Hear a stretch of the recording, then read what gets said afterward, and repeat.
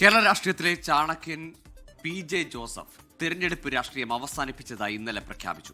അതിവൈകാരികമായ പടിയിറക്കത്തിനാണ് തൊടുപുഴ സാക്ഷിയാകുന്നത്.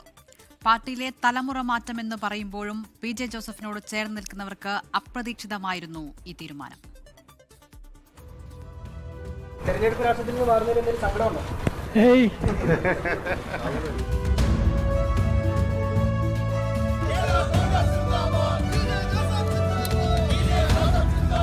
തൊടുപുഴ എന്നാൽ PJ ആയിരുന്നു കഴിഞ്ഞ 5 പതിറ്റാണ്ട്.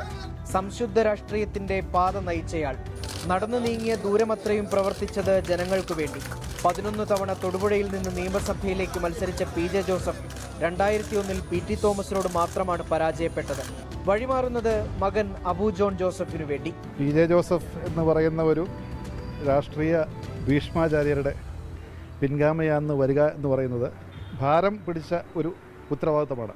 PJ ജോസഫിൻ്റെ പാത പിന്തുടരുക എന്ന് പറയുന്നത് ആ ഒരു സ്കെയിലിൽ നമുക്ക് പ്രവർത്തിക്കാൻ സാധിക്കുമെന്നെനിക്ക് ഉറപ്പുണ്ട്. പക്ഷെ അതൊരു വലിയ ഉത്തരവാദിത്തമാണ്. തദ്ദേശ തെരഞ്ഞെടുപ്പിൽ PJ ജോസഫിന്റെ ഉറപ്പായിരുന്നു പത്തനംതിട്ട, കോട്ടയം, ഇടുക്കി ജില്ലകളിലെ UDF ആധിപത്യം.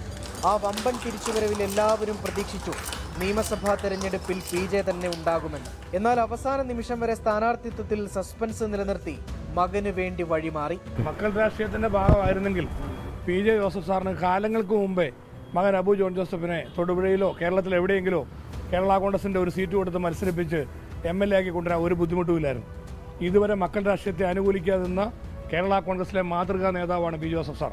തലമുറ മാറ്റത്തിനു വേണ്ടി PJ ജോസഫ് മകന് വഴിയൊരുക്കിയതിലൂടെ ഒരു കാര്യം കൂടി ഉറപ്പിക്കുകയാണ്. കേരള കോൺഗ്രസിന്റെ ശക്തി കേന്ദ്രം ഇനി അങ്ങോട്ടും തൊടുപുഴയായിരിക്കുമെന്ന് തന്നെ. 24 ഇടുക്കി. ലോകത്തെവിടെയായാലും ഏത് സമയത്തും 24 വാർത്തകളും ഓഗ്മെന്റഡ് റിയാലിറ്റി പാക്കേജുകളും എക്സ്പ്ലെയിനറുകളും വിശദമായി കാണാൻ ഞങ്ങളുടെ YouTube ചാനൽ നിങ്ങൾക്ക് സബ്സ്ക്രൈബ് ചെയ്യാം.